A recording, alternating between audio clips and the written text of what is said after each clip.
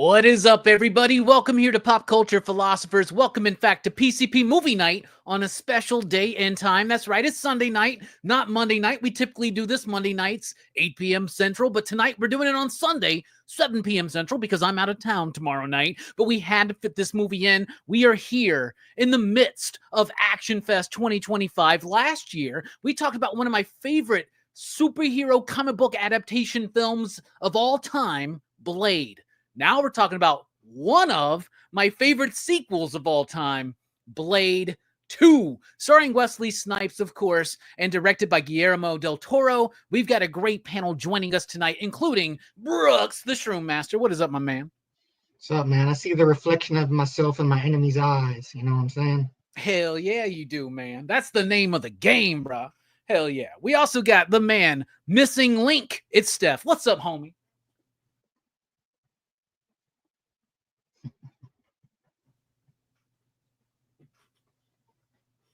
Hell yeah, man. We're not going to tell him that we couldn't hear a word he was saying because he was muted, but that's cool. You guys played it off well. I like those acting abilities. But what's up, fellas? Let me repeat. What's up, fellas? I'm right there with you, Robbie. I definitely think this is definitely one of the greatest sequels of all time, especially for Marvel. So I'm ready. Hell yeah. We also got another man, myth, and legend here with us tonight. He's joined Actionfest on his channel to help double the fun. It's Fable from One Collection Down. What's up, Fable? Station, what's going on, everybody? Are we supposed to answer you? Good. What's up, man? How you doing? I don't got a thing. All right, guys. And rounding out the panel tonight is our man, Joe Corallo. What is up, homie? Hello. I just got back from Red Hook. It was a fun time. I had a key lime pie dipped in chocolate on a stick. If you haven't tried it, go for it. It's a good time. Sounds delicious. That sounds like a culinary version of the Reapers from the movie we're about to talk about, right? Like something that shouldn't exist, an amalgam of different things put together. Lime and chocolate? Never would have thought it would work, man. Sure, that works. Okay. All right. We're talking about Blade 2 tonight, y'all, directed by Guillermo del Toro. Of course, Blade came out in 1998. It was very popular, especially on the home video market, and it became a big hit, and people loved Blade, and people didn't even know that it was like a comic book movie, right? Like we knew, but a lot of people didn't even know. They just thought it was a great action film spotlighting Wesley Snipes with vampires, right? And then in 2002, what's that? That's 4 years later, we get a sequel, right? Now, immediately, New Line Cinema wanted to make a sequel for the first Blade, but Stephen Norrington turned him down because he thought it'd be a better career move to go do League of Extraordinary Gentlemen. We all know how that panned out, and it was a great move because it gave us Guillermo del Toro doing Blade 2. Now, he wasn't super well known by a lot of people at the time. Hellboy hadn't come out. Shape of Water, Pan's Labyrinth, they were way off in the distance, nowhere near, right? So he comes in. David Goyer is the script writer. He was the screenwriter of the first Blade. He's the script writer here. He also wrote and directed what would be part 3, but there is no third Blade film, right? There's just there's no third. Really? Like I thought there was a trinity of Blade films. No, I don't think there is. It's a Mandela effect thing. I think you're thinking of the Sticky Fingers Spike TV show is what I think. I'm not sure it was a movie. Yeah. There's like a Ryan Reynolds, maybe? I mean, I think they talked about it, but they never really did it. Or at least we won't acknowledge that they did it. So anyway, Blade 2, they bring in Del Toro. He had done, what had he done at the time? Like, he had done Mimic, right? Which, not a good movie, but that's not his fault. He has been on record multiple times saying that his vision got cut from that movie. They even released a director's cut of that, and Guillermo del Toro came out and said, y'all, that's not a director's cut. Like, I didn't even film what my director's cut would be. So don't be fooled. Don't think that Mimic is something that I'm super attached to. But I was familiar with films he had done like Kronos and Devil's Backbone. And those were really exceptionally well done films. Ron Perlman, for instance, is in Kronos. And of course, he's Hellboy, and of course, he's in this film. So they got Del Toro on board, David Goyer on the screenwriting. And man, I think that Blade 2 is one of the best sequels of all time, one of the top 3, if not top 2, superhero sequels of all time for superhero film. I mean, I can think of like Batman Returns and Superman 2 and Blade 2 as like my favorite, and X2, right? Like those are some of the best, I think, superhero movie sequels. So anyway, Blade 2, Wesley Snipes is back. Chris Christopherson is back. We got a whole bunch of new characters. We got the Blood Pack. The basic story, of course, Blade has to team up with a group of vampires who have been training to kill him against a new threat, this dude who is a Reaper, right? What's his name? Nomak, right? Nomak. I loved this movie when it came out. Brooks will remember this, but back in my bedroom when I was in my early 20s, I had a Blade poster, I had a Blade 2 poster. We're not going to talk about the fact that I had a Korn poster. We're going to forget that ever happened, or that I had a Dude Where's My Car poster. Whatever. I worked at the movie theater. I could get a hold of any poster I wanted. But Blade and Blade 2, what a great 1-2 punch. It's not often that I get a second in a series of films that not only matches and meets my expectations, but exceeds them. And that's what happened with Blade 2. And on the rewatch, y'all, I freaking loved the movie. I think it's absolutely solid. It's got a great soundtrack. It's got great characters. In fact, Jelani really laments that he's not here tonight, because one of the things me and Jelani always talk about is they did action figures for the first Blade movie. They didn't really perform well, right? Because it was an R-rated film and it doesn't seem right, you know, to make action figures or whatever. But man, Blade 2 deserves action figures. Like, tell me you wouldn't buy every member of the Blood Pack if they were available to buy, especially back then. I definitely would have. But the movie is stylish. The movie is super fast. It's lean. It moves. It's quick. It's got great action. If there's anything about the movie that I would say doesn't quite age as well, is some of the CG. But because of the way Del Toro uses practical effects mostly, and then kind of blends it with the CG, I do think it still holds up better than I thought it would, even though some of the bits where it's obvious that it's just an animated fight, like when they're in front of the spotlights and all that stuff, it feels like a video game or something like that. But to be honest, slaps. This movie rocks. This movie kicks ass. It stakes and takes names. I love all the characters. I love the music, the score, and the soundtrack, because of the soundtrack for the first Blade film was great. Half of it was like electronic music, half of it was hip-hop music, and this one they blended it together and everything was a collaboration between an electronic musician and a hip-hop artist. Man, everything about this movie, fucking, I love it. I love this movie so much. Like, y'all know how much I love Blade. I think I might love Blade 2 even more. A truly solid story, great performances, and a really fucking funny movie. There's and Blade's just badass. I just got done watching Superman, and I thought Mr. Terrific was a standout character. He had so many lines that just worked for me, right? Blade 2 feels like that, especially in this movie.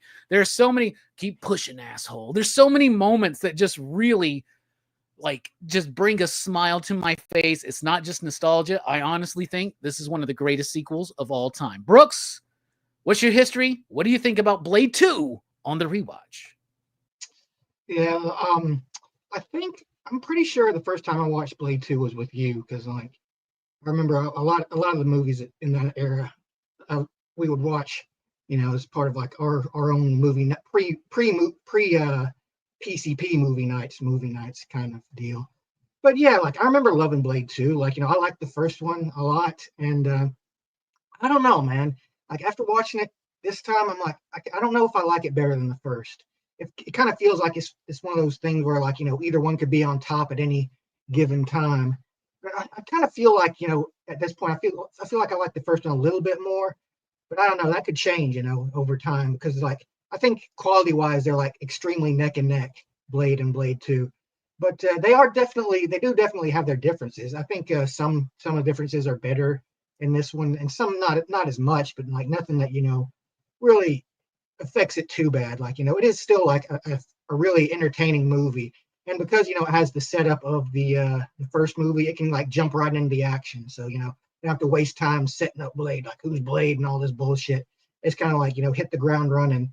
So yeah, like I really do enjoy this one. Like, and like I say, it's hard for me to say whether this one or the first one is better, because like it's such a close race, I think. But Yeah. this one's definitely one you would want to watch if you've watched the first one.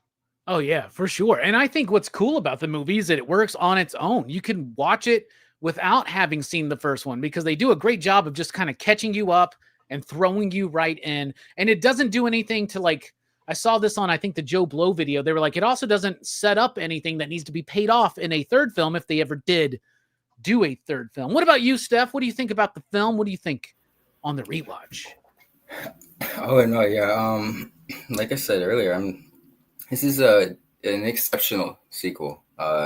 It does stand on its own, but I do feel Brooks.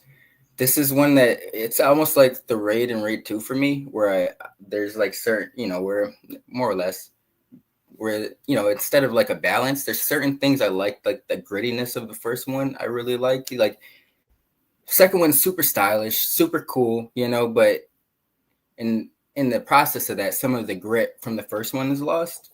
But it is a great sequel. Like it kind of expands upon what was one of the cooler aspects of the first one, like the vampire underworld, and instead of this time like street thugs and shit, he's like trying to summon a god. He's like dealing with like the elites, so he's like, and he has to work with them. So that's like there's always going to be some tension, but yeah, no, it's an exceptional film. It's super stylish. CGI, I will say the spotlight scene. I had seen it a few years ago, maybe around pandemic time. Rewatched it. I've seen it many times, and maybe it's just because we had been seeing so much CGI at the time. I was like, damn, this shit kind of was noticeable. But upon this rewatch, I will say that it didn't bother me so much. Like it was what it was. Like, at the time, this was kick ass. I remember thinking like, oh my God, this is like some of the most realistic CGI I've ever seen, so it does hold up. It's, this is 20 plus years. That's crazy.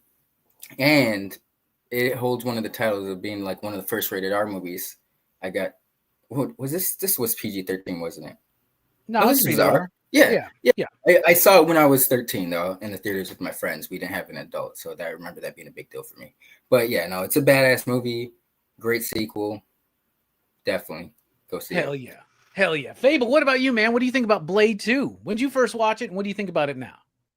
Oh, I first saw this in the theaters when it came out, and yeah, I'm right there with you guys, man. I think this one is a banger. Like when I first saw it in the theater, I saw Blade 1 in the theater, then so I was super excited for this one, and when I saw this in the theater, it blew away all of my expectations. I thought it was absolutely phenomenal back then. And like Steph said, the CG back then, it didn't bother me at all at that time. You know what I mean? I thought it was fucking fantastic, and flying off the building and flipping and shit into the bikes and all that. I still think some of that shit looks good, right? I mean, the only part that looks bad to me is the fight in front of the spotlights, and it doesn't even look bad. It doesn't even look bad. It just looks obvious. I mean, there's parts at the end where he's fighting Nomak where it looks sort of like a cartoon. By the speed and stuff.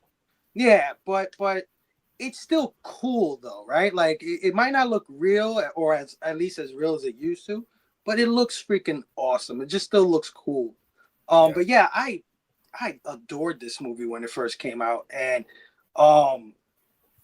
it put Guillermo del Toro right on the map for me. As soon as I finished watching this movie, I was like, who directed this shit? Because this is a cut above, like, you know what I mean? Had to find out, had to go down that rabbit hole. But anyway, on the rewatch, I think it holds up incredibly well. And despite it being, action-packed, full of good music, a little quippy, I also found it very scary. I think a lot of the club scene, I thought that was fucking scary, and the fucking tunnel scene when they're going after them, it had a palpable like fear to it. Even though it can get, it can get cool and the music and everything and the jokes or whatever, but there's times where it buckles down, and it's really kind of scary. And I gotta give Guillermo del Toro props for for directing all of this, because he did a phenomenal job in not losing the tone. Like, you know what I mean? Like he can do the Marvel shit, and then he can do the scary movie shit, which he's very good at. So no, this movie's phenomenal. I agree with all three of you gentlemen so far. It is one of the best sequels ever. Hell yeah. You know, Del Toro said when he was making the film, one of his goals was to make vampires scary again. Yeah. Right? Because we're not quite to Twilight yet, but we are like post Interview with the Vampire, that Anne Rice kind of era. And I agreed with him wholeheartedly at the time. I was like, vampires need to be scary again. So we went back and redesigned like the looks, like the main dude, what's his name? Like, he's got a weird name, Des Mosquitos or something like that. Like, I don't know. Oh, that's him and the Reapers, they kind of look like Nosferatu a little bit, very rat and bat-like. The way that their mouth opens up. And then if anybody's a fan of the Strain, and I love the Strain novels, which were developed by, that's all this is from Blade 2, right? Like it's like that's a continuation of it almost. The whole explanation for the physiology was really fucking awesome. Like, you know, how the heart was encased in bone, and you know, the teeth on the side were like like snake teeth, and that whole mandible shit is a snake thing. There's something about that's just creepy, gory, disgusting, and scary at the same time. They stab that one to the wall, and he just like fucking lifts himself up and crawls up the wall, dude. You're just like, what the hell, dude? And that autopsy scene, right? That's amazing, because they drop the drop of blood in there and it comes back to life, and it's like it's still trying to feed, even though it's like brain dead. Dude, I loved it. I thought it was great. And usually in a movie, if you do something like kill off a character in the first film and then bring them back in the second one, I'm like, how fucking stupid and cheesy. But Whistler back, like I loved it, because the way he interacts with Scud in particular which is Norman Reedus, of course, fresh off of Boondock Saints. What were you saying, Lee? You know what's crazy about that is like I find that fascinating. A fascinating aspect of this film is like, because that I couldn't be bothered by that in other films, but in this one, it's quickly, you know, I still debate that in my head, but this film is so badass that I easily just, I'm like, whatever. But it's like, if the cure works on Whistler, it works on everybody, right? Pretty much. Like everybody who's turned. Right. But so if they wanted to become human, that could be a real, if it's that easy, there's not really a threat of being bit, you know? Like, it's like Blade has a cure for vampirism. Yeah, but he still goes out and kills vampires. Well, because he can't cure a pure blood, right? Like he can't cure the pure bloods, those that are born and live as vampires their whole lives. So okay, I wanted that's one thing. Like I'd like to see a vampire birth. I wouldn't want to see it, but it'd be an interesting concept to explore. Well, directed by Guillermo del Toro, it's got to be a fucking crazy ass birth. No shit, you know, and he's got his stamp on the movie. I don't remember any gears. But there's fetuses in the movie. Like Guillermo del Toro always has gears and fetuses in his movie. Like, and I don't remember gears, but I'm sure they're in there somewhere. Anyway, Joe, what about you? When did you watch this the first time, and what do you think about it today? I watched this the first time in college. I didn't see it in theaters, but right when it was, you know, on VHS DVD, and I really liked it. I liked it a lot. I've revisited the movie, you know, over the years, because it was. I mean, this movie came out right around like, what was it? God, what was that really shitty series of movies with the vampire werewolf hunters, Underworld? the girl Underworld, yeah. Oh, because like it was all right. It was all right, but compared to Blade and Blade 2, you know, like where you started getting like movies like that, and then later you got like the Hugh Jackman Van Helsing and like you know, these sort of things. That was fun. Like these movies, I hope I'm not talking out of school here, but I would say those are inferior to the first two Blade movies. That you know, they did a really great job with that. I love how, you know, there's these sort of parallels almost to like Batman Returns, because Wesley Snipes' dialogue and like the focus on him is noticeably down from the first movie. He is very quippy. He's saying a lot of weird things that don't really make sense, but you go along with it anyway. Here, he's a lot more like subdued. He talks a lot less frequently, and when he talks, it's important. He's saying something that's needed for the audience, whether it's to let the audience know, like, of course they're gonna fuck us. They're gonna fuck us the first chance they get, like all that kind of stuff, or the bit where he knows that Scud's gonna betray him and all that. He's like, oh no, it's live, like all those bits. It's very concise. Since the first day they turned you. Yeah, like it's all very concise, which I really appreciate. It's not without like faults. Again, what you guys were sort of alluding to before, like bringing Whistler back and that whole thing, it's like I have mixed feelings about, because on the one hand, Chris Christopherson's fucking great, and he has a lot of great moments in it, and you could probably make the argument that he's even better in this movie than he was in the first movie.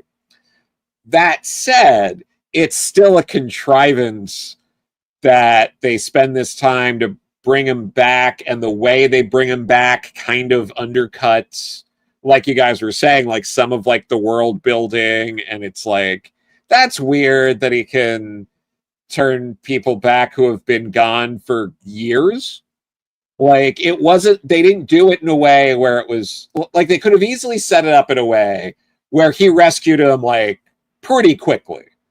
Like it's only been days or weeks or something, and like, but him being taken for years doesn't add anything really to the story. Like, that wasn't like, it didn't turn out to be that important ultimately. There's really nothing going on here that if you told the audience it was weeks later instead of years later, or even months later, or you rescue him early on and then it's just like a hard cut like 1 year later or something, would have been fine. Like there's some things like that in it that I'm just like, I wish it would have been a bit tighter, but also, I don't know, I'm just sitting here and it's just like, there are a lot of really great sequels. It's so hard. I mean, the ones you mentioned, Winter Soldier is also a really great sequel. And then when you go outside of superhero movies, I mentioned beforehand, like Empire Strikes Back, Godfather 2. Then you got Aliens, you got Terminator 2. Back to the Future 2. Back to the Future 2, Nightmare on Elm Street 3, The Exorcist 3, Evil Dead 2. Which one not? Not Exorcist 3, no. That's the greatest thriller of the 90s. Yeah. Robbie would disagree with you absolutely. So like, Exorcist 3 is a fucking phenomenal movie. And what I love about it is really like, I think that the script, the dialogue is like on par with like Quentin Tarantino. Like Quentin Tarantino. No, this is a really, really good sequel, but it's like, you're also like Spider-Man 2, Evil Dead 2, Army of Darkness.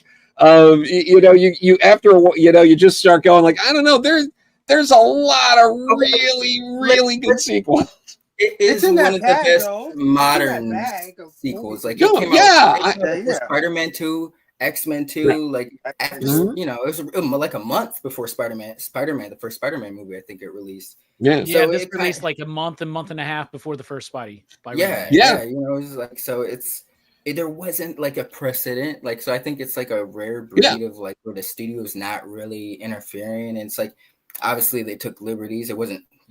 It's definitely not comic accurate, but it's a rare breed of sequel in film. That's really for New Line Cinema. I mean, let's be real. Yeah.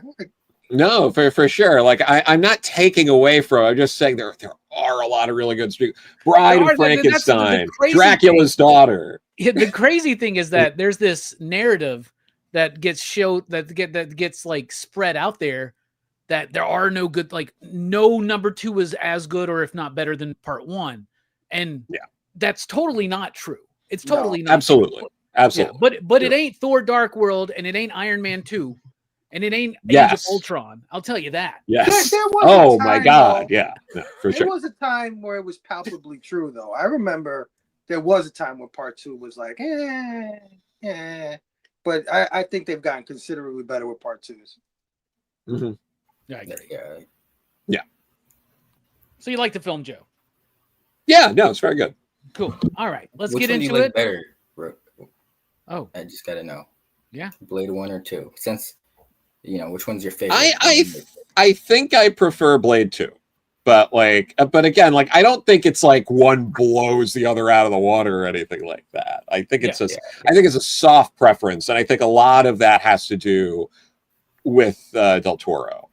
Honestly, I think his touch on the movie, Wesley Snipes being more restrained, I think really helped. While also, and the fight choreography just feels tighter and better in this movie. Way better.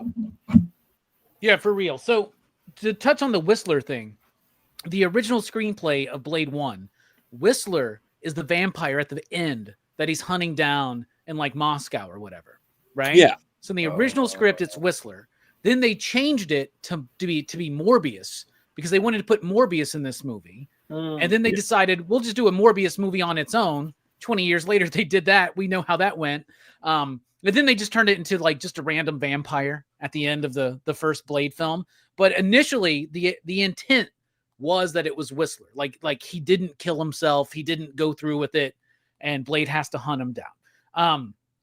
But I think you're right, Joe. I think his performance might be better in this one than it was even in the first one. And he's amazing. Yeah. Chris Christopherson is, I mean, he's unfortunately passed away now, but he was so good in everything he was in. Wasn't he in Alice Doesn't Live Here Anymore? The Scorsese film that they did, Alice, the show, or Flo's Diner. You know what I'm talking about, right? I think he's in that movie. I think so, yeah. That's a great movie, man. We need to do more Martin Scorsese films that are not just gangster movies. Yeah. Yeah. Because he's done a lot of good. Last Temptation of Christ. That's a remarkable film. Maybe we should do that around Easter next year. Yeah, I would love to talk about that one. So this movie's got a lot more characters. In fact, when this movie came out, it actually, and if you look at like who gives a shit about Rotten Tomatoes and shit like that, but if you look at it, this movie has an average of a 6 out of 10, a 3 out of 5. A 50 to 60% likes. And at the time, people were like, yeah, it's good. It really does deliver a lot of what we loved about the first one and maybe even better, but it's overstuffed with characters that you don't really get to learn about and this and that, blah, blah, blah. Man, who gives a shit? I don't care if I don't know the backstory of Priest.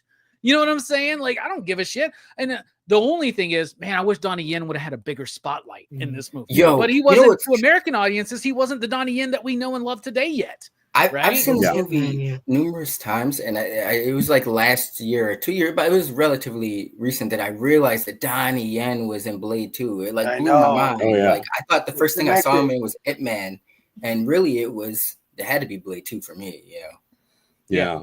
But I disagree. I don't give a shit about knowing the backstories of everybody in the Blood Pack. I don't need to know Lighthammer's backstory. They look cool. They would make great action figures, and they're super fucking awesome. The villains are great. Yeah. There's a lot of great characters and a lot of great solid performances in this movie. So Brooks, why don't you kick us off by telling us one you want to highlight?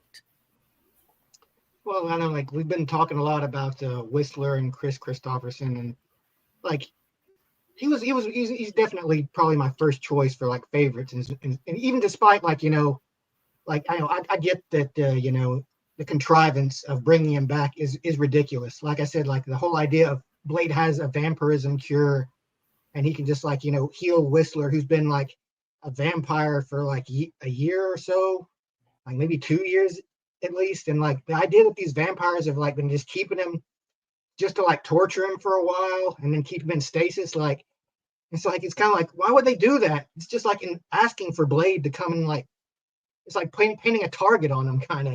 It's oh, we have your mentor and we're torturing him, Blade. Well, if you so take the idea that the Blood Pack's been training for 2 years, and so this movie does take place 2 years after the last film, right? So for 2 years they've been training. So I think Whistler is bait. They're going to tease that in front of Blade to get Blade to fall into a trap that they're trying to set up, is what I think.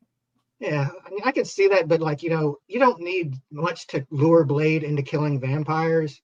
I think it's a bit contrived, but I was willing to overlook it because I was glad to have him back. I love how fucking grouchy he is. I thought it was kind of fucked up that being turned into a vampire didn't fix his bum leg, though. I was like, what the fuck? Like, how does that work?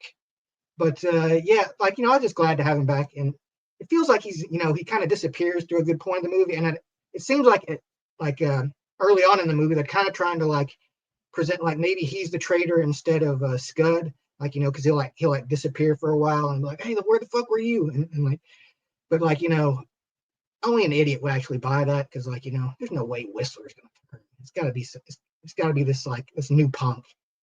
And like, I like that, he at first he like hates his guts. He's like, who the fuck is this shit bird and all that. But over time, like he does kind of like warm up to him a little bit when they start talking about like, like a protege and shit. Yeah, engine stuff.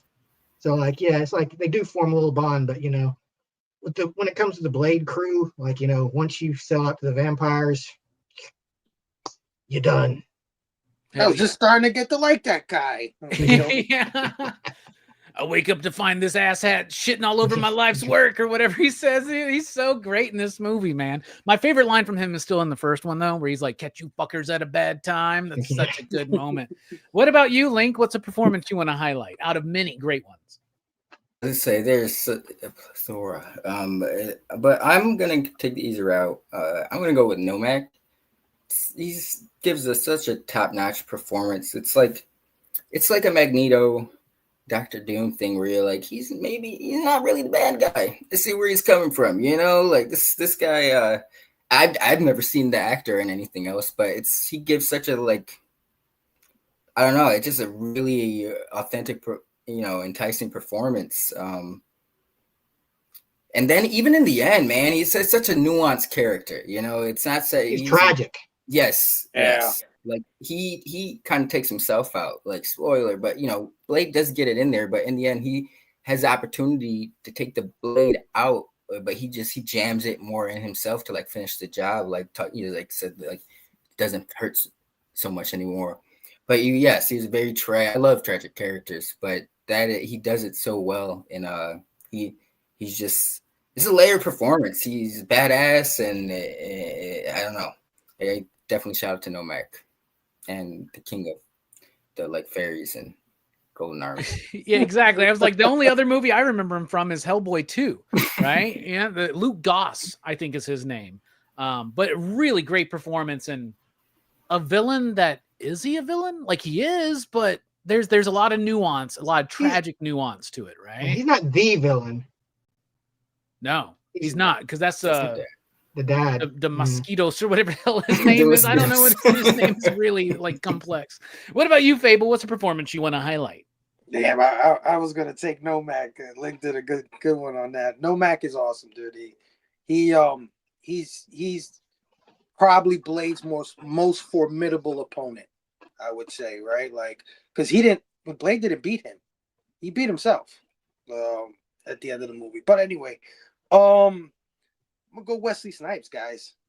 Wesley Snipes is Blade, comes back, kicks ass. I mean, he looks clean like a motherfucker, fucking high top looking, crisp. You know what I'm saying? His I don't know how much training he did, but his martial arts, his fighting in this movie is absolutely awesome. All the sword shit he was doing was fantastic. The boomerang, yeah, all of it. Yeah. The when the ninja girl came after him, and she looked like she was going at her hardest, and he was just looking like bing bing bing bing bing, like, you know what I mean, just black as shit, like it was nothing. No, I thought he was fantastic. I thought he, like Joe said, when he talked, it meant something. Usually a badass line, and he was funny as hell too, man. When he was fighting the guys on the motorcycle, and he pulled up to his car and he saw his reflection in the mirror and he gave it a kiss. He was like, I was like, yeah, that's what I'm talking about. Even that's the ending. Where he's like it's like a full circle thing where he's like, oh, you thought I forgot about you, like pop. Yeah, like, yeah. Oh, yeah, that's great. Yeah, he's serious as hell, but at the same time, he could be funny, and if everybody respects the hell out of him, and Wesley Snipes definitely brings that energy where it's like, oh, this is Blade, man, like better watch your ass, you know what I mean? So yeah, Wesley Snipes killed it again. Yeah. Now you got an explosive device strapped to the back of your head. I fucking love it. He's great in this fucking movie. What about you, Joe? What's a performance you want to highlight? Well, you segued right in. You set me up for it, so fuck it. Reinhardt, Ron Perlman, he's so fucking good in this. I believe he's the only one that like never takes his shades off. I don't think you ever see him take his shades off or see his eyes. Yeah, I think so. I think you're right. Like out of all of them, it's crazy. But he really, like, obviously they don't give a lot of screen time to the rest of the pack and everything. So like he sort of embodies a large portion of that group, and he does a very good job at being physically imposing to Wesley Snipes. Like you see them stand together and you feel like he's a threat, and he does give him a bit of a run for his money, but like he does feel threatening in a way that a lot of the rest of them don't.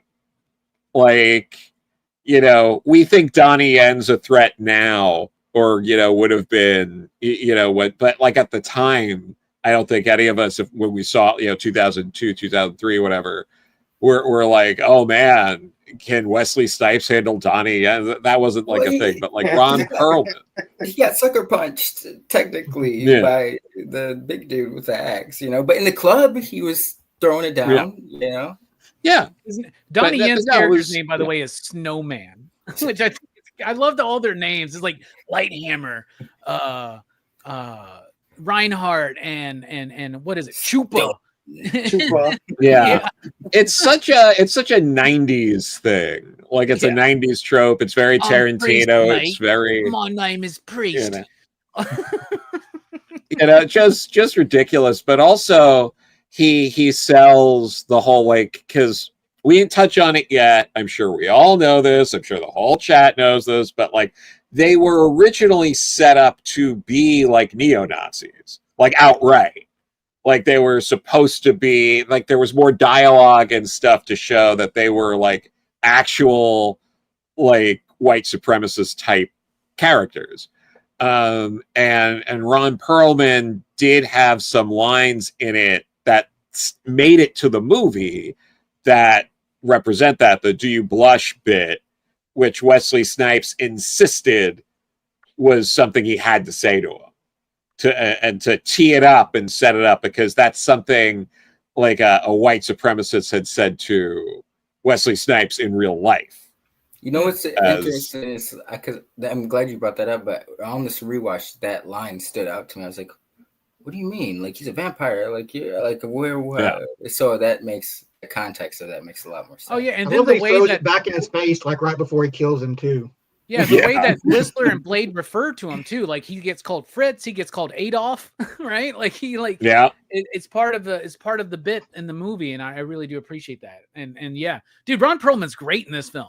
And just imagine being Ron Perlman, and for like a month or two, you got to run around with that dumbass beard into the little like strip of hair going around his fucking back. Whenever you need that guy, Ron Perlman's that guy. Alien, what was it? Alien Resurrection? Was it that one? Yeah, yeah. It's like the same guy, but you love him for that, right? Like he's that guy. Yeah, he is. So for me, like y'all have picked all the ones I wanted to go with first, but I do want to spotlight, first of all, what's her name? Who plays Nisa? It's Lenore Varela. I don't know anything else she's been in. She apparently was in the 1999 television film Cleopatra. I like her in this movie. She's gorgeous. I understand that Blade is kind of catching feelings for her, right? And it's done in a subtle way, but not so subtle, because it's about looks and things like that. But I really like her in the movie. I think she's gorgeous. But I also really, really like Norman Reedus in this film as Scud, right? He had just done Boondock Saints. We had just seen that movie. This is before Walking Dead. We don't really know him like we know him today. And he plays the role so perfectly, right? And one of my favorite moments in the movie, and Brooks will remember this, I loved this so much when we first watched it, is when he's always smoking a joint. And at one point, he's like, "Hey, you want to toke with the smoke, Blade?" And he goes, "Later." Like, I love that Blade doesn't say no. He says later. And he was watching Powerpuff Girls. That's great. I always dug that. Yeah. You know, as, Yeah. So Powerpuff I Girls like was him. my I favorite think character he in the does a movie. great job in the film of getting you Yeah. on his side, and that I was completely surprised when he turned on him. And then when pissed. Blade's Yeah. like, "I've been on to you since day one, motherfucker," and that bomb's not a dud. And he's just like, "Oh shit." He just knows it's over, man. It's over. I fucking love him. So I think he's great. And I think everybody in the Blood Pack, I mean, they don't have a lot to do, but they all stand out. And a lot of it is their look, right? But there's also got to be something behind the look. Like the dude who plays Lighthammer can't just have a face tattoo and a bald head and stand out. He's got to have a presence, and they all have a presence, right? The only one that I think is really bad is The girl. Chupa. Priest. Chupa? What? whatever The that dude from is. Fast and Furious? No, man. It's Oh, Priest, that is bro. the dude from Fast and Furious. Yeah, yeah. Priest was I the just worst. don't like. I really don't like Caesar cuts, and I used to have one, and I still regret it. The And girl, so- she didn't do anything. Remember Yeah, when the girl with when the the hammer pink hair, guy she was got? like the least. Yeah, she's Present. like But- ran but from to- him. To her Yeah. credit, at least she took it out. Like he could have been a threat had he like lived on, like a Lightheart or whatever, Lighthammer. Or whatever. So she took him. It was like kind of poetic justice too, because they were a couple. So it's like, Right. you know. But Priest sucked. Not only did he talk shit, but he never had a scene to back it up. Like he did nothing badass. He was the first ever. to die, man. Yeah, yeah. And he tried to run. He got. And then Lighthammer, of course, doing the typical zombie movie thing where he gets bit and hides it. You know, Oh, it'll be fine. Quick question for you guys though. Is that a comic book thing? Was that ever in the book? Because I know the Vampire Nation is in the comic books, right? But was the Blood Pack ever a thing? No, this is solely for the movie. Solely for the movie. And in fact, a lot of what we know about Blade and vampire lore in Marvel Comics comes from the first Blade movie. Blade didn't even resemble the Wesley. Like the whole idea of the Daywalker didn't even that was created by the movie. That wasn't in the original comics. I mean, he was a Daywalker, but like it was a different thing. And he used a wooden sword and wooden stakes and stuff like that. And just like The first Blade movie, I mean, this is one of those instances where I do hate it when a comic book movie comes out and then the comic books feel like they have to adapt to that, right? And change things to fit the movie. But with Blade, it really works. So the way they did it in the comics, I remember this. There's I think it's an issue of Peter Parker's Spider-Man, John Romita Jr., maybe Howard. What's the dude's name who was Howard? What was his name? He was the writer of like Spider-Man and Ghost Rider in the 90s. Howard Mackey. Howard Mackey, yeah. I kept wanting to go Howard Chaykin. It definitely wasn't him. But No. yeah, Howard Mackey, I think, and John Romita Jr. did an issue where Morbius bites Blade. And because Blade is already kind of part vampire, Morbius is a living vampire. Like it causes some kind of thing to happen to him where he becomes more like Blade from the movie. So great cast, great characters, and Marvel, you still have plenty of opportunity to do some Marvel Legends from Blade 2. Like we would buy them. We'd buy them like a motherfucker. It'd be great. It'd be awesome. You should totally check it out. Let's talk about the style and structure of the film. Style-wise, the first Blade film has such a style, a distinctive visual style to it that was so sleek and so cool. Guillermo del Toro takes that and makes it his own. When I first watched this movie, and I don't know if this is intentional or whatever, but there's something about the look and the lighting of the first film that feels very like fluorescent lighting, very bright, very blue and shit like that, right? And there's a moment where you see a bus go by, and that's the lighting in the bus because it's lit up inside and it's like overexposed. And to me, that was like Del Toro saying, there's the first Blade movie. Now we're moving into the next one. This looks exactly like a Del Toro film. It's got this yellow, sickly, pale, nasty yellow sheen across a lot of the scenes. And that's something Del Toro uses in a lot. Like it's the color of something in formaldehyde, right? Like lit from behind, right? And he utilizes this in so many of his films. He does so here. The action sequences are absolutely stellar. Wesley Snipes is a great martial artist. He's great in the first Blade movie. He's even great in that shitty movie Art of War, which we will cover one day.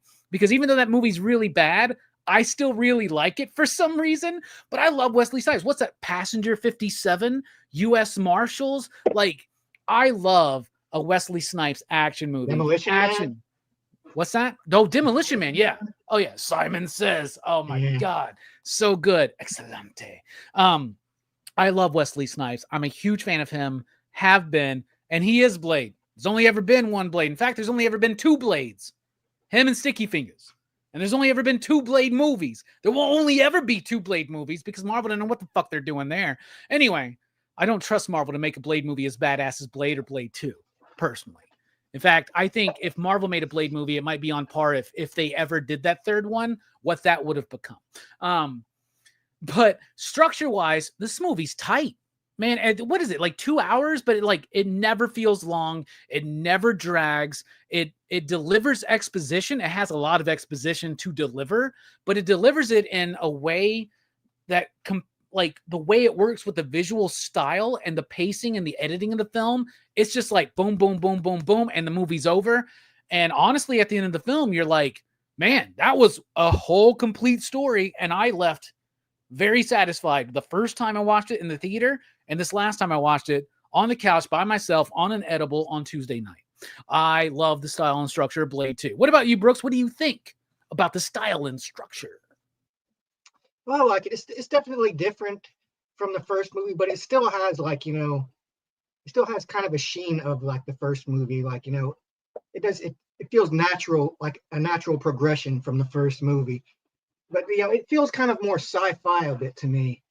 But like I like the inclusion of all these new characters, and I like that they gave him like kind of a interim sidekick with Scud.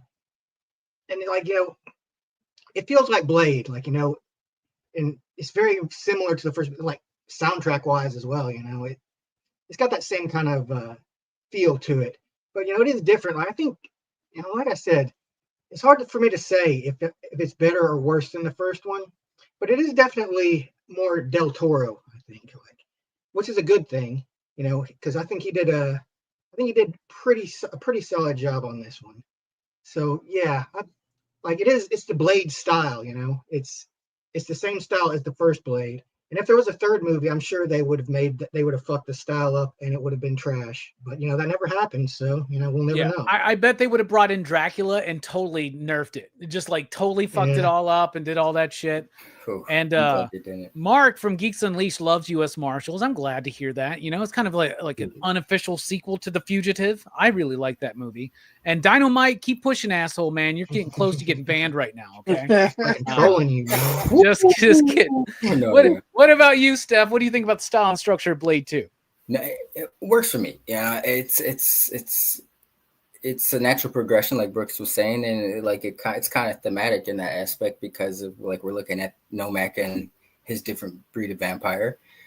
I always looked at I'm glad Brooks brought up sci-fi. I always looked at it as more first one's more gritty, knuckle grinding, while this one's cool. It's just ultimately cool. But Brooks brought up a great point. This is a little bit more delves into sci-fi, while the first one's a little bit more horror. It's a little bit, but it's like pick your poison. You're gonna get a badass movie either one you watch. I guess it just depends on what mood you're in during that time. But this one is just tight. I almost want to say this is set a precedent for other movies, superhero movies, to be 2+ hours. Which this one works where the other ones it's debatable. But yeah, it's tight, it's cool, stylish fight scenes, it's evolution in that as well. Blade was doing some cool shit in the first one. This one, he's pulling off fucking suplexes, all different sorts I love the wrestling moves they throw in there. Yeah, it's a cool little nod. Lift that dude up and Nomak did an elbow, dude. Off Yeah, the the fucking elbow. wall. He sure fucking did, man. he like Macho Man sitting there going, damn. Yeah. But no, it works. It's especially considering a sequel, it's got a lot working against it in that aspect, but it feels like a natural evolution of what Blade should be, or sequel for Blade should be, and from established from the first one. I like Del Toro's a big fan of horror. He's a big fan of anime. He's a big fan of comic books, and he wanted this movie to have that kind of feel, right? And it does. Like, I remember there's a moment in the commentary or something where somebody gets thrown on a wall and the bricks fall, and he smashes in the wall and it's the shape of a body, the human body. He's like, that's a comic book thing, but I had to put that in there. I even think he had Mike Mignola work on some of the design of this film, and in particular in the commentary, remember this, but when the big bad guy, like the king of the vampires or whatever, goes into that blood pool, he goes, this was the closest I could get to a Mike Mignola image on film. And he was like, that's what I did that intentionally to have that moment. And the success of Blade 2 is what allowed him to do what he really wanted to do for a long time, which was Hellboy. And we've never covered Hellboy here. Wow, we got to think about that for 2026. What about you, Fable? What do you think about the style and structure of Blade 2? I think Blade 2 has a really international feel to it. Like it especially when it opens up in the Czech Republic and they're in that blood bank, and it's really stylized blood bank, and a lot of the sets are very stylized and they look really cool. Whether it's the nightclub or the sewer tunnels or the vampire, like you said it, the blood pool thing, you know what I mean? All those designs, they feel, honestly, they feel like Argento. Like when we were watching that, what's the movie that you love from Argento? Suspiria, yeah. Like you see the set designs in Suspiria. I was getting that international vibe. Also, the costumes and the props too, man. Like each Blood Pack member looking like their own individual character. I speaking of, I'm glad you brought that up. Just to riff off that, I wanted to look like, even though Nomak would dress like a bum, there was something cool about his, like the hoodie with the jacket. I was like, man, I wish at 13, I thought that was cool. Yeah, even Nomak's bum look was very style, like designed. Like, yeah, hell yeah. This movie 100%. Is so fucking toyetic.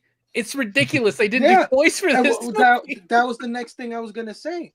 The weapon designs, right? Like the gun with the thing, the knives, the little bombs. He had that little, like, I don't know what it was that he gave him that shot little whatevers. Like they had a lot of, like, it's toyetic, like you said. They could have made a bunch of toys.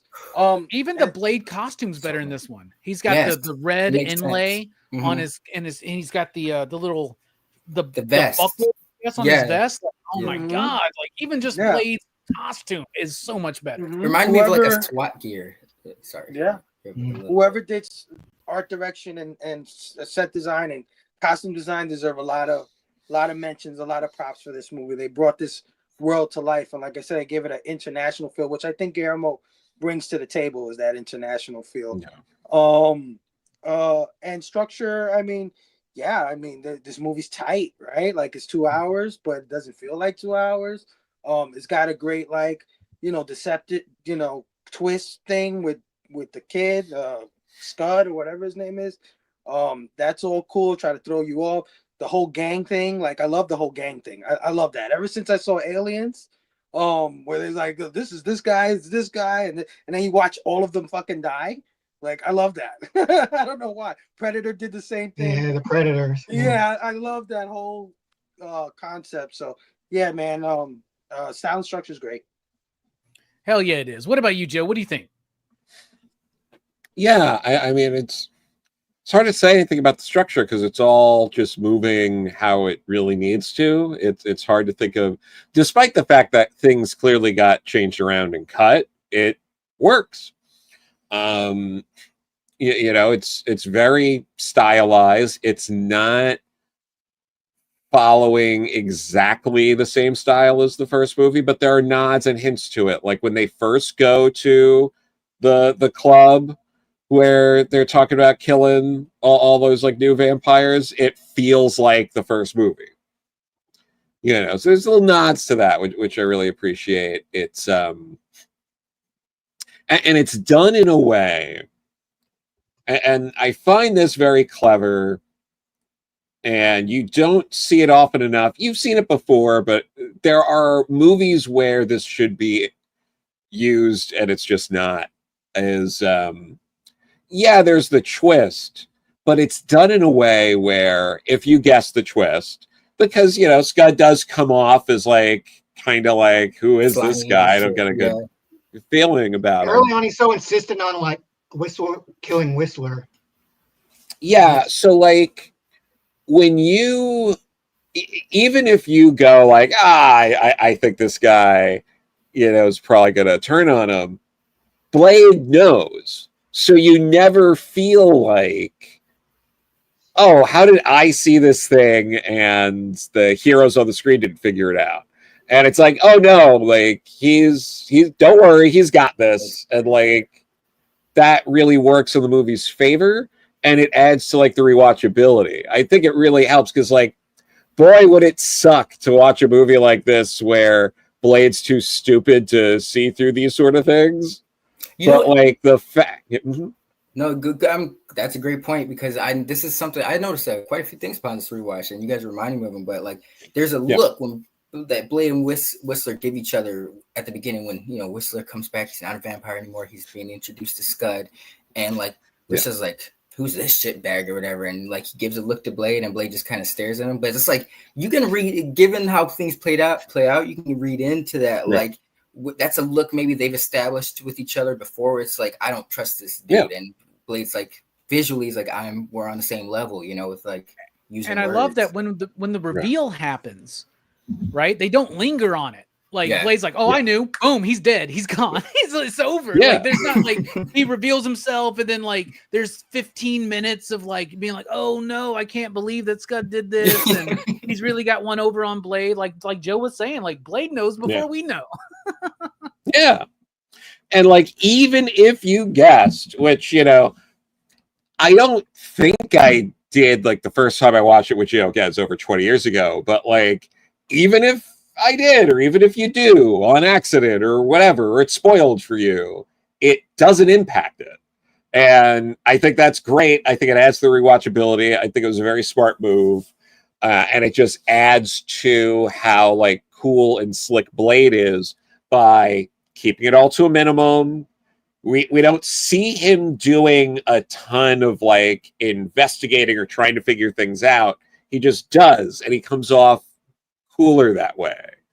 And I think it makes it work, and it adds to the style of the movie, I think. So yeah, absolutely. And we got Bueller in the house, and Bueller, I love you, man. Here's the thing, Bueller. You want to do a movie review? You reach out to me. We'll get you on something. I'll send you the Horror Fest list. We got some gaps in the Horror Fest list. We got some panelists to fill. And I'll tell you this. Bueller gave me a blade sword. He did. Like, I have a blade sword that Bueller gave me, and it's one of my most prized possessions. Because I'm not that guy that like wants to buy movie props and shit like that. But I had to have a blade sword, and Bueller gave me one. Yo, does it like, because it's like spin around and do the turning shit, all that cool shit? If I knew how to work it, probably, but no, it doesn't. Destroy somebody's hand if they try to use it? No, it doesn't do that. It doesn't do that. It's right there. I'll grab it in just a second. We're about to get into the music, but before we do that, our friends at Dynamite want me to let you know that they are back this Wednesday. So I want to play a little something. We'll be right back. Hey there, Dynamite fans. We are back, and we cannot be more excited to show off what we are releasing next Wednesday, July 16th. Let's jump right into it. This is so exciting. We have the second issue of Space Quest, the Space Ghost and Johnny Quest crossover from Joe Casey and Sebastian Perez. And we have incredible covers from Mark Spears, Joshua Middleton, Jarek Chu, Ben Oliver, and Chad Harden. Up next, we have Red Sonja versus Army of Darkness, issue 3 from Tim Seeley and Jim Terry, with covers from Bjorn Berens, Tim Seeley, Tom Rainey, and Nicole Jelinek. And then, more goodness, we have Vampirella number 3 from Christopher Priest and Ergun Glendez, with classic covers from Lucio Carrillo, Greg Land, Shannon Mayer, Elias Chatzadee, and cosplay from Miss Rachel Holland. And then we have the Herculoids, issue 5 from Tom Snigoski and Craig Russo, with covers from Francisco Medina, Joseph Michael Linzer, Bjorn Berens, and Kyle Hotz. And then we have an incredible one-shot, Red Sonja Noir from David Avalone and Edu Mena, with covers from Lyrics Lee, Joseph Michael Linsner, and cosplay by Molly Stewart. And let's not forget about the cool blank cover over there.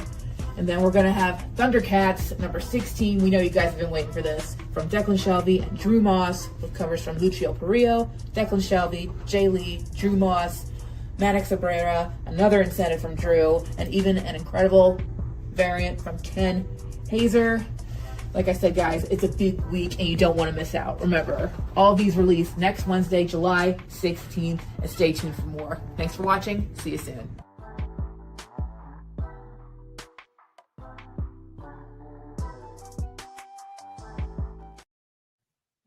All right, Dynamite back in shops this upcoming Wednesday. Lots of cool releases, including Thundercats. I've already read it. It's pretty dope. I've been loving what Declan's doing there. All right, let's continue on with Blade 2. The music in this film is composed. So we're talking about the score right now. It's composed by Marco Beltrami. And he has worked with Del Toro 3 times. Mimic, Blade 2, and Hellboy. But if you look at this dude's, he did all of Wes Craven's Scream movies.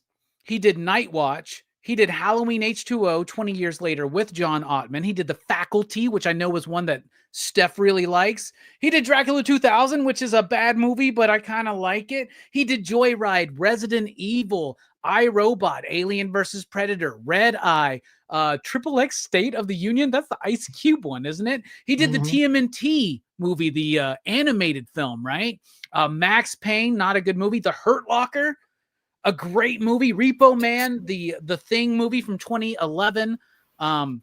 He did a few Die Hard movies. He did The Wolverine, Snowpiercer. Wow. The 2015 Josh Trank Fantastic Four movie. We won't really talk about that one too much. He did Logan, Ford versus Ferrari. I think he did an Underworld movie. He did Quiet Place 1 and 2. He did Renfield, and his newest project with Kevin Williamson is Scream 7. So I'm a huge fan of some of the movies that he's worked on, and there is a score in this movie. It gets pulled away from, honestly, because the soundtrack is so freaking awesome, but the score in the movie is good. You can find some of it out there on YouTube and listen to it, and it's really good. I think it's great. But then you have the soundtrack. So like I said, in the first Blade film, half the score or half the soundtrack was electronic music and half was hip hop music. Here they combined them, and this soundtrack is amazing. I mean, you got Moby and Mystical working together. You got Redman and the Gorillas working together. And one of my favorite songs, PH Dream, which is the Crystal Method, Bubba Sparks. And I've never liked Bubba Sparks, but that song is really, really good. It doesn't even sound like Bubba to me. It sounds more like Gemini or something like that. But Child of the Wild West, which was Ronnie Size and Cypress Hill. Oh my goodness. I fucking love the Blade soundtracks. The 2 Blade movies both have Mystical songs on them. And I was a huge Mystical fan. Now I know that he's kind of gotten into some trouble, but man, there was something about his flow. Fuck, Silk the Shocker is on this shit. Yeah, Busta Rhymes, Silk the Shocker, and Dub Pistols doing a song together. If you haven't listened to the soundtrack, get on your Spotify, get on your YouTube, whatever you do to listen and stream to your music, and listen to this soundtrack because it's absolutely fire. What about you, Brooks? What do you think about the music in the film? Yeah, like I love the soundtracks. Like, you know, it's tough for me because like the first Blade soundtrack has been like burned into my brain, but I wonder why. Yeah, like it's a mystery how that happened, but yeah, like when I first like watched it, I'm like, yeah, I don't know. I think I kind of like the first Blades a little more, but I don't know, man. Like this one's got some really good ones too. I think that just the one line, I see my reflection in my enemy's eye, like that line was just like, I just really like that line, and they use it like a couple of times, you know, because it's like a chorus. But yeah, this is just like, you know, it is very similar to the first Blade soundtrack, but you know, it's a little bit different. Like the score, you know, it's fine, but you know, it is like a bit overshadowed, I think, by the soundtrack. And it also has that song. Shoot, what was that song? I used to play like a lot back in the day. That's the name of the game? Yeah, that's the name. Crystal Method All song. Freaks. Yeah. And he gets the glasses and he puts it on. It's like, bum, bum, bum, bum. That's the name. Listen, all you motherfuckers. Oh my God. That fits the attitude of a Blade movie. 100%. Thanks. Yeah. You just don't. What does he say at one point? He's like, you just obviously don't understand who you are fucking with. I Right love now. that Like, scene. Throws shit in the oh, water and shit. that scene down there in the sewers, right? Like they're like in the commentary, Del Toro says this is very much an intentional Frank Frazetta homage when he's like the mound of bones and skulls, and he's up there with the sword and like just so fucking badass. What about you, Steph? What do you think about the music in the film? I love it. And maybe you know, I don't know if it's like it's very 2000s to me, but in a good way. You know, like it's all the cool shit of like what 2000s offered, like edgy soundtracks and stuff like that. But you know, it works for me. You know, the name of the game. I'm glad Brooks brought that up because that's I was gonna go for that. When they start playing that, and he just starts whooping people's asses. Like you know, I think that's like the lad when he's like Reinhardt, he's like taking out all those dudes in front of him and shit like that, and he's like showing his different styles, but the music works for it, soundtrack and score wise. I did upon this rewatch. I can't say I remembered it the first time, but I noted this rewatch, like when he takes out Anissa, when she's dying at the end, you know, I want to see the sun, and it's you know it's a very haunting but beautiful score, you know, for lack of a better term, but it works. It's poignant for the scene. But yeah, the music, I like it. Yeah, and the score of the film too. I mean, like I said, it does get overshadowed, like everybody's been talking about. But like, it does have those moments that really work, where it does feel tragic, like when Nissa dies at the end. Right? It's kind of like a sad little moment. But also, the score integrates some of those electronic things that are throughout the rest of the soundtrack, and that's one of the reasons why some of the bits that you may think are just part of the soundtrack are actually part of the score. And it works so well. Like the main theme, for instance, is like very electronic sounding. What about you, Fable? What do you think about the music? Yeah, I can't really add too much to that. I really enjoy it. I can't tell you I'm super familiar with all the songs that they played, but all the songs that they did play, they played them at the right time. They felt really good. I don't feel like I don't feel like the datedness to it. I think it works even today. It's like a pulse pounding kind of thing. And when they're fighting, you know, it's got that that, you know, fast electronic stuff going on. That's why. Sorry, you No, reminded go me for of it. the Go for it, dude. that's why I was forgiving with the Raid soundtrack, because it first Raid in particular reminded me of like Blade 2, like the style, like it's gritty, you know, it's got like the techno kind of like little hip hop lo-fi backdrops and shit like that. Like I wouldn't be surprised if they took inspiration from Blade 2 for the, you know, they took inspiration from a lot of movies, but you know, that's we just did Wanted, and Wanted has a lot to be thankful for this movie. You know what I mean? Because it does a lot of the same things with the music and the action and stuff like that. And I agree with you completely, Robbie. I think they blend in very well. There's no tonal clash there. Like when it's the score, it's the score, and when it's time to kick ass, it starts kicking ass, and it doesn't break you away, doesn't mess with you at all. And like I said, when the parts are scary, when they're in the sewer or when they're in the club, especially in the club, right? Because it flips back and forth from score to electronica kind of post pounding shit. It works perfectly. So yeah, man, I agree with you guys. It's great. It's a great soundtrack. Yeah, and it's I love that you said it sounds very 2000s Link, because it does have that like electronic techno vibe, and like at any moment during this soundtrack, like I was expecting someone to go, "You wouldn't steal a car, would you?" What about you, Joe? What do you think about the music? Oh, you know, I really like that. I'll use this as an opportunity to say I did see Crystal Method live in high school. So, yeah. Nice. You watched fun. two dudes pushing buttons. I sure did.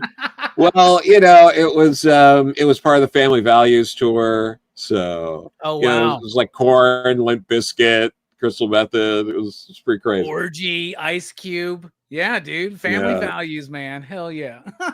I'm actually jealous that you said that, Brand. I love Crystal Method. I love their first album, Vegas, is exceptional, in my opinion. Yeah.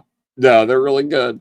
So yeah, no, the soundtrack, incredible, and the score. There are a few moments where I think the score really shines, and it's mostly in like the most horrific moments where it really elevates it. I think it works best in the one scene where the Reapers get the guy by the car. They like throw him in, and then like it's a whole thing, and there's like the arch that they're in front of. Like the cinematography through that and the score like really ramps up, and then it like drops, and you cut into the next scene. And I thought that was incredibly effective for the score.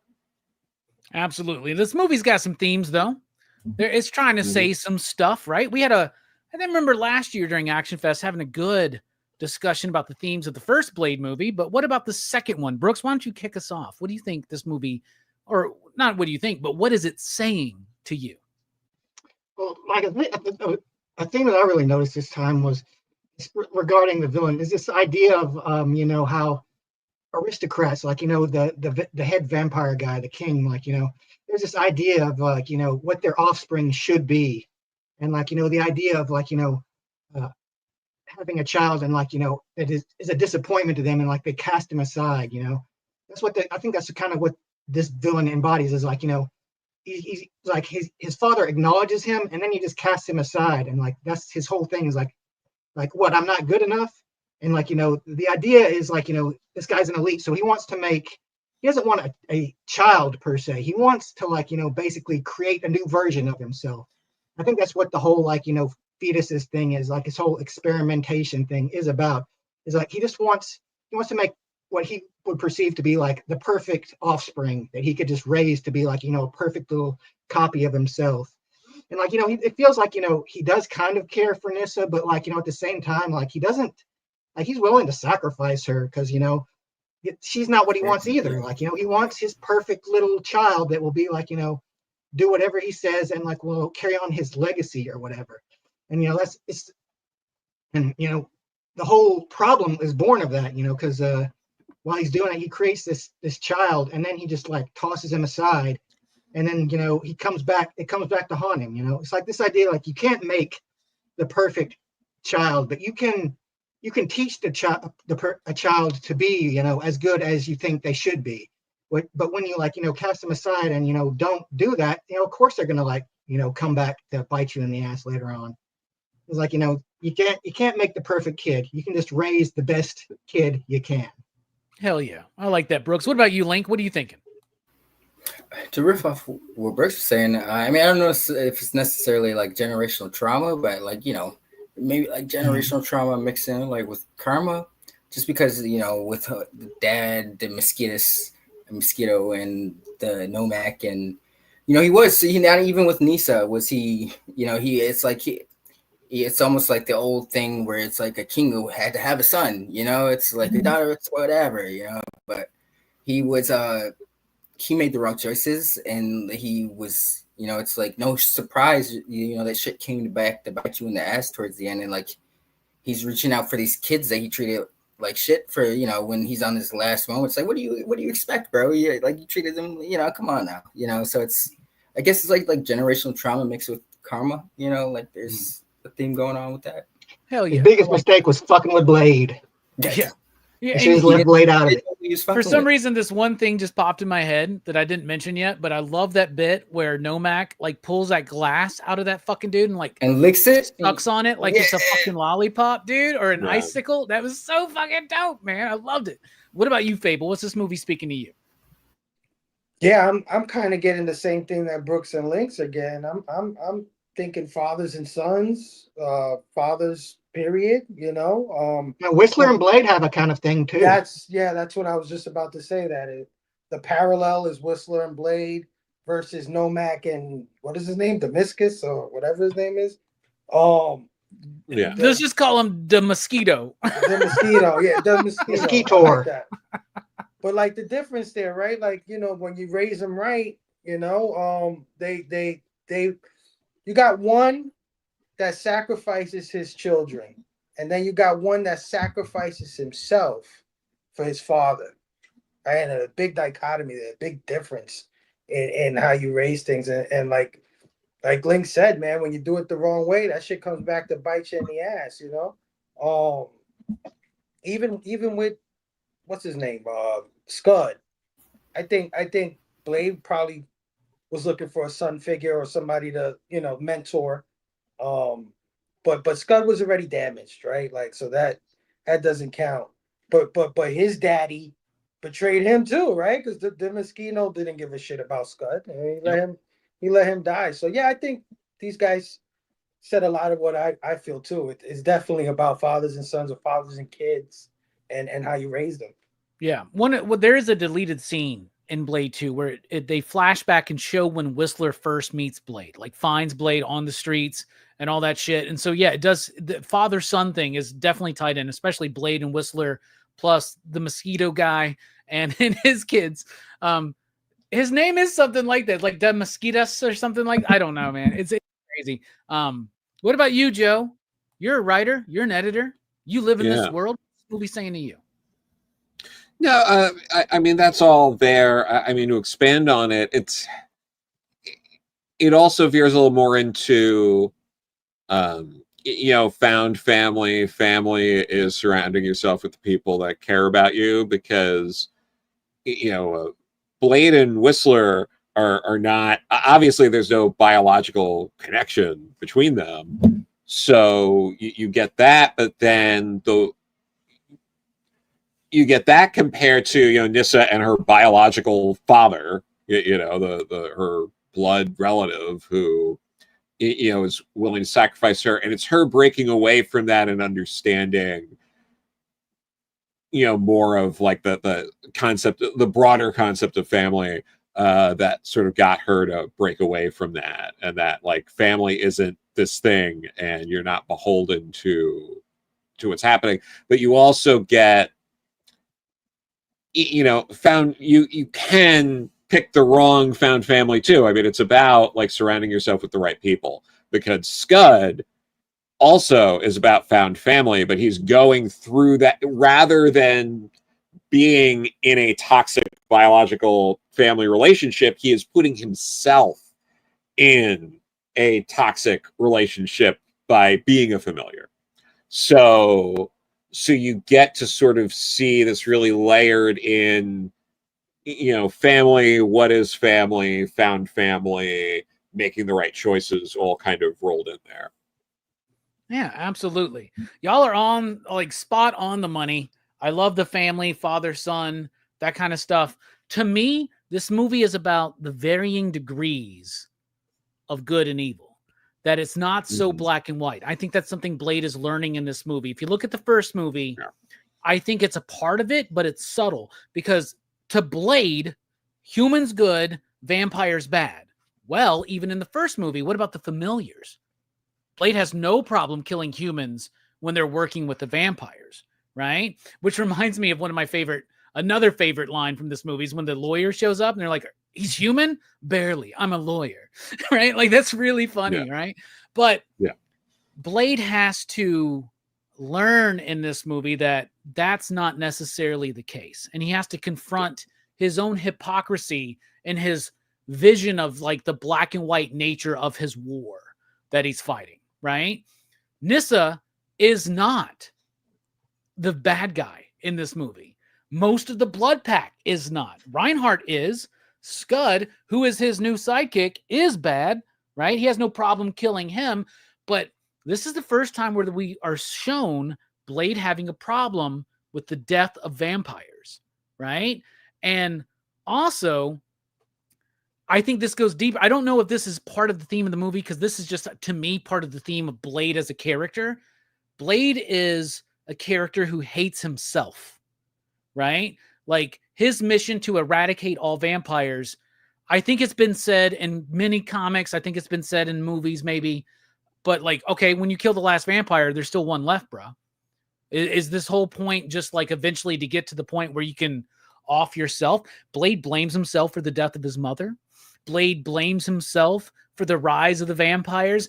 Blade is a self-loathing character that wants to be human, yet still constantly ignores the humanity in himself. And in this movie, he's forced to see the humanity in a vampire and thus reflect onto himself. And I think he actually does have an arc in this movie of accepting not just vampires may not be all bad, and maybe some vampires, there's still some humanity there. And just like you can kill a familiar because they're working with the vampires, if the vampire's out there just wanting to drink from their blood bank, not hurting anybody, what's the problem there? And through understanding and his affection towards Nyssa, he then starts to learn how to accept and love himself a little bit more. Right? Does that make sense? Yeah, for sure. He said as much, right? When she was like, "Why do you hate us so much?" She asked him, like, "Why do you hate her?" Didn't he say it was like in the blood or some shit like that? Or yeah, he's like, it's in my blood or something like that. Yeah, he said some shit like that. But yeah, that scene represents exactly what you're saying. So totally makes sense. Absolutely. All right, we're about to rate this film out of 5 possible you digs. You out there in the chat, what do you give Blade 2? And before we get to it in the panel, Dynamite wants me to play one more video. Hey there, Dynamite fans. We are back, and we have 2 brand new Disney Dynamite books to show you, and they are coming out this Wednesday, July 16th. Check it out. We know you've been waiting for this. It's Gargoyles, Demona, the first issue, and this is from Gargoyles series creator Greg Weisman with art from Frank Power. And we have incredible covers from Megan Hetrick, Jay Lee, Frank Power, and Mark Spears, and all the variants, whether they're foil, virgin, black and white, doesn't matter. We've got all of them for you. And then we have Zootopia number 4 from Jeff Parker and Alessandro Rinaldi with amazing covers from Trish Forstner, Alessandro Rinaldi, Craig Russo. We have a storybook art variant and a character variant. You're going to want to collect them all. We are so excited to bring all these new books to you. So remember, it's this Wednesday, July 16th. Don't miss it. Thanks so much for watching, and we'll see you soon. All right, I do want to shout out Dynamite and everybody. Dynamite's back. They've had some rough times. Go buy some Dynamite books this week. They've been big supporters of my channel for 3 years. We love Nick, Amy, Rex, John, and the whole crew over at Dynamite Entertainment. All right, Brooks, out of 5. Go ahead, Link. I was just going to say, shout out to Amy for wearing a Powerpuff Girl shirt. You know, speaking of the devil, we're speaking about Powerpuff Girls. Yeah, very fitting. So yeah, it is very fitting, right? Yeah, it wasn't even planned, believe it or not. All right. Wow. You out there in the chat, I want to see some ratings out of 5 you digs. What do you give Blade 2? Brooks, kick us off. Well, I know this isn't like a perfect movie, like, you know, but like for what it is, like, you know, for a Blade movie, I don't feel like I'd feel good giving it less than a 5, because like I really do enjoy this movie. I feel it's well paced. Like, you know, it's a fun movie. It's a fun action movie, and I like it. So I'm giving it a 5. And if you have a problem with that, you can suck it. Yeah, baby. Brooks does this heel turn finally. All right, I love it. All right. 5 you digs from Brooks, a perfect score. What about you, Link? You know, I'm right. You know what? I'll be honest. I may rather be painted through rose-tinted glasses or, like, you know, nostalgia. Like, this is a movie that I enjoy watching every time it's on. Like, I can definitely understand it. It definitely some a bit of nostalgia, but I'll go with 5 as well. Between me, it's like I can't give this movie any less than a 4. Like, even if I was being critical, you know, this movie is still a solid ass sequel to me, especially in terms of like the era it was in, and the precedent it set. It's a fun time, man. I don't see anybody going into this and like regretting it. Like, you're gonna find, even if this isn't your thing, like comic book movies or action or sci-fi, there's something cool about this movie. You will find it if you watch it. Hell yeah, man. 2 5s so far. What about you, Fable? What you sitting on? You know, we just reviewed Wanted, and I see a lot of similarities in Wanted and this movie as far as style, structure, action, all that good stuff. And I enjoyed Wanted a whole lot. And I think I gave Wanted 4.69. But I didn't give it a 5 because there was just something missing there for me. And I think the something there that's missing for me is fucking Wesley Snipes and fucking vampires. And the horror tropes and all the themes that come with that. That's my freaking wheelhouse. I love it to death. 5, man. I'm giving this a 5. Hell yeah, 3 5s so far. What about you, Joe? What are you thinking? I feel like that's a lot of pressure on me. I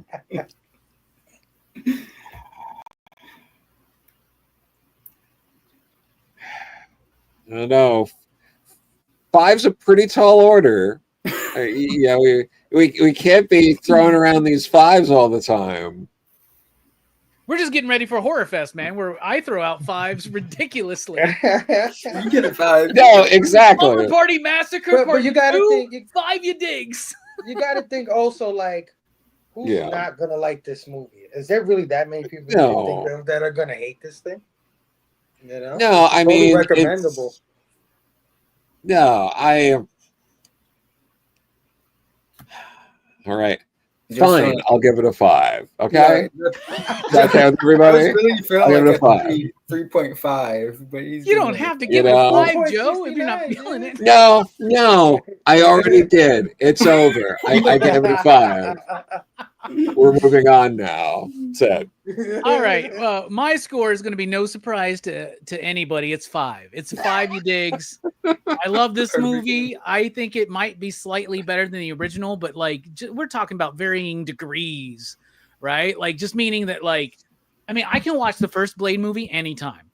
I can watch the second Blade movie anytime. In fact, if I turned on the TV and for some reason, even though I don't have cable, this movie was just playing and it had like 20 minutes left, I would fucking watch it. Like every moment of this movie, all the characters, all the quips, all the action, it all works for me, man. Like I fucking love this movie. So 5, perfect score across the board, 5. which I think is what we did last year for Blade, right? Didn't we give Blade Yeah. a 5? Now I believe we did. Yeah.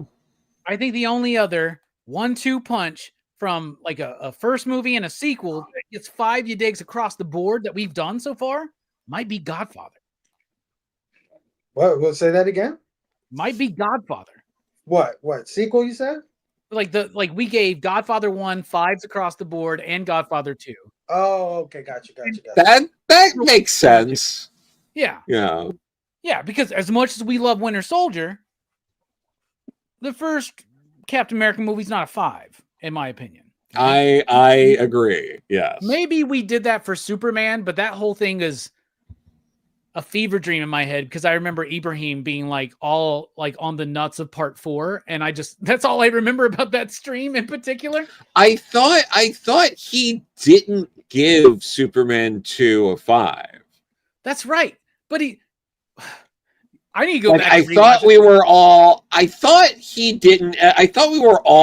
partly like, you didn't give like 2 a 5, but you gave 4 a 5. Like I feel like something like that.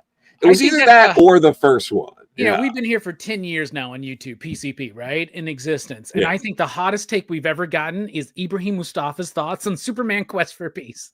like you get out of here, bro. What are you talking about? This is ridiculous. It's actually ridiculous.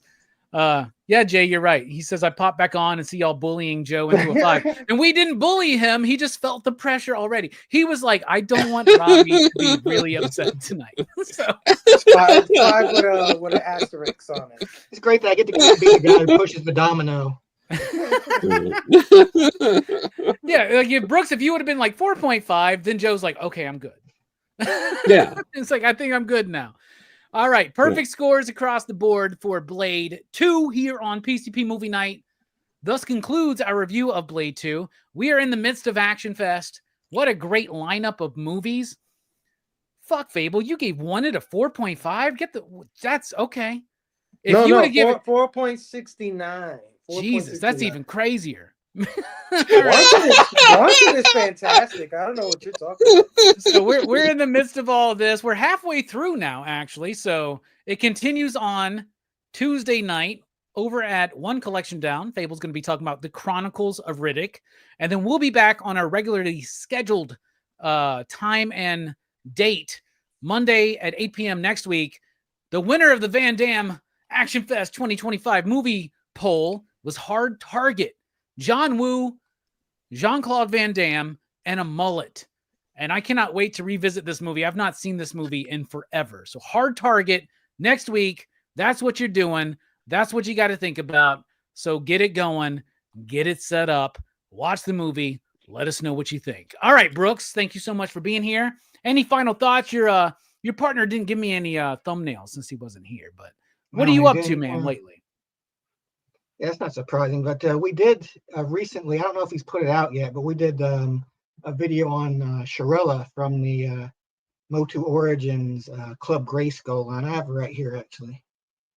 I like her. She's pretty good, but she comes with very sparse extras, which is like, but if you want to hear my gripes about it, you'll have to watch the video at Go Figure Reviews or something, because that's where the video is. So that's where you got to watch it. That's right. But yeah, I'm going to actually be doing the Chronicles of Riddick too. I've got it rented out. I'm ready to watch it. So I'll be looking forward to that as well. Like, you get to see more of me, which is always good. Yeah, you get a double dose of Brooks this week. More if you follow rare. Go Figure Reviews. What about you, Link? What's coming up for you, man? Final thoughts.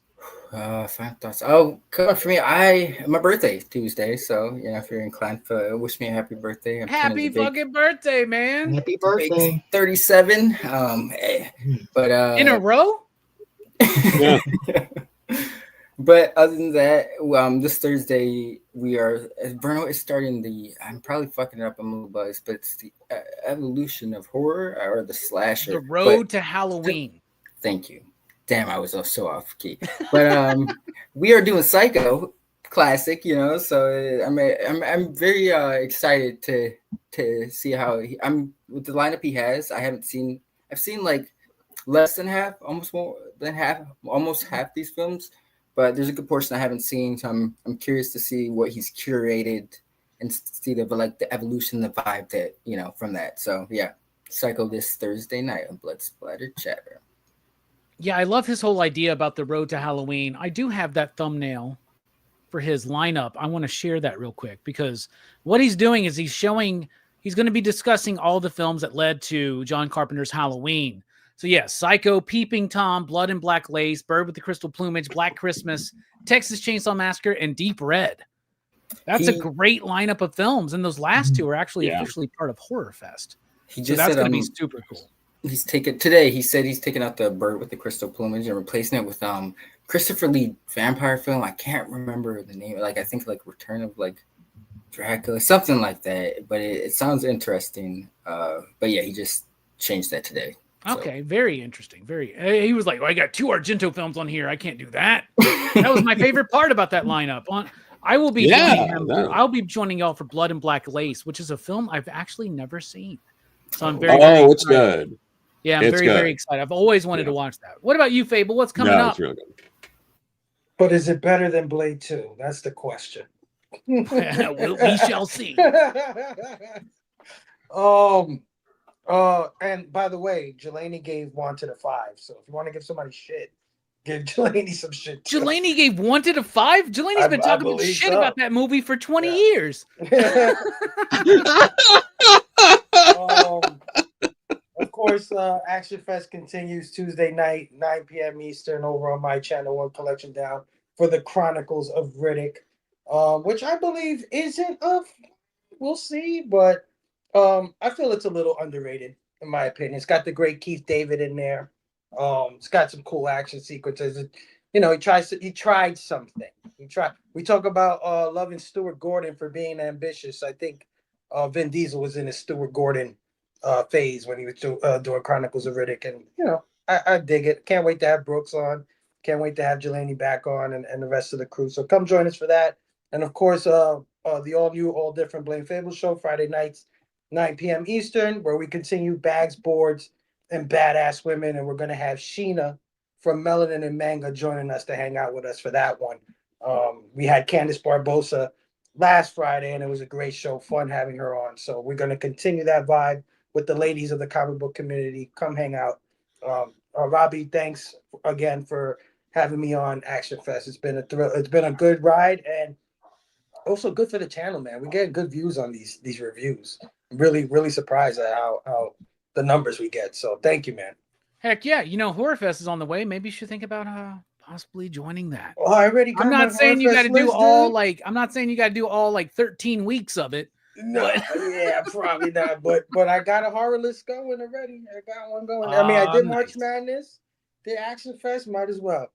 You might as well, dude. You would literally make it the biggest horror fest of all time if 4 channels were involved, dude. That's my dream. Yeah, That's my dream. Let's do it. All right, Joe. I know you got some stuff coming up. In fact, you're going to be on the channel Thursday evening. Why don't you tell us what's coming up for you? Yeah, no, I am going to be launching a Kickstarter soon for a comic book one shot. I'm doing with Chase Bluestone called "Sink to the Top." The pre-launch page is available now. Launching pretty soon, the coming weeks. So check it out. It's a sort of passion project of mine. That's for it's a sort of like a queer comic book thriller. 70s period piece in New York about a male escort that goes to a job, and it is not good. Bad things happen, and we like when bad things happen in comics. But it's also very inspired by Frank Miller's Ronin, Gene Colan on Tomb of Dracula, and stuff like that. So I hope people give that a shot. You can also get King Arthur and the Knights of Justice Volume 2, Morgana's Revenge, which is out now. I had an 8-page story in Young Men in Love, New Romance, which you can also get now. And you should at least be able to pre-order the trade paperback of Green Hornet, Miss Fury. I think they had to push the date back, but it's still coming out later this year. So if you can pre-order it now, why don't you? Yeah, absolutely. All right, and Joe will be on the channel Thursday night to talk about Sink to the Top. That's going to be fun, right? That is Thursday night. We plan that, right, Joe? Yeah. Just tell me the exact time, and I'll be there. Okay, yeah, we'll figure that out. Anyway, all right. Yeah. So, dude, we're dipping out. Actionfest. We got a lot of cool movies to still talk about. I would suggest that everybody starts watching the Terminator franchise right now. I'm 2 movies in. Chronicles of Riddick on Tuesday night over at not Blood Splatter Chatter, but One Collection Down. And then the Road to Halloween starts on Blood Splatter Chatter on Thursday, and then Hard Target next Monday here on PCP Movie Night, a week from tomorrow night. You asked for it. We're giving you more Jean-Claude Van Damme. All right, on behalf of everybody here, we appreciate it. We love you. We're dipping out. Station, pop, pop, boom, suck it. What else do I got to say? Now you got an explosive device strapped to the back of your head. One move. So exciting. Well, I thought it was one button. It's 2. Like Blade 2. Blade 2 is great. Perfect score.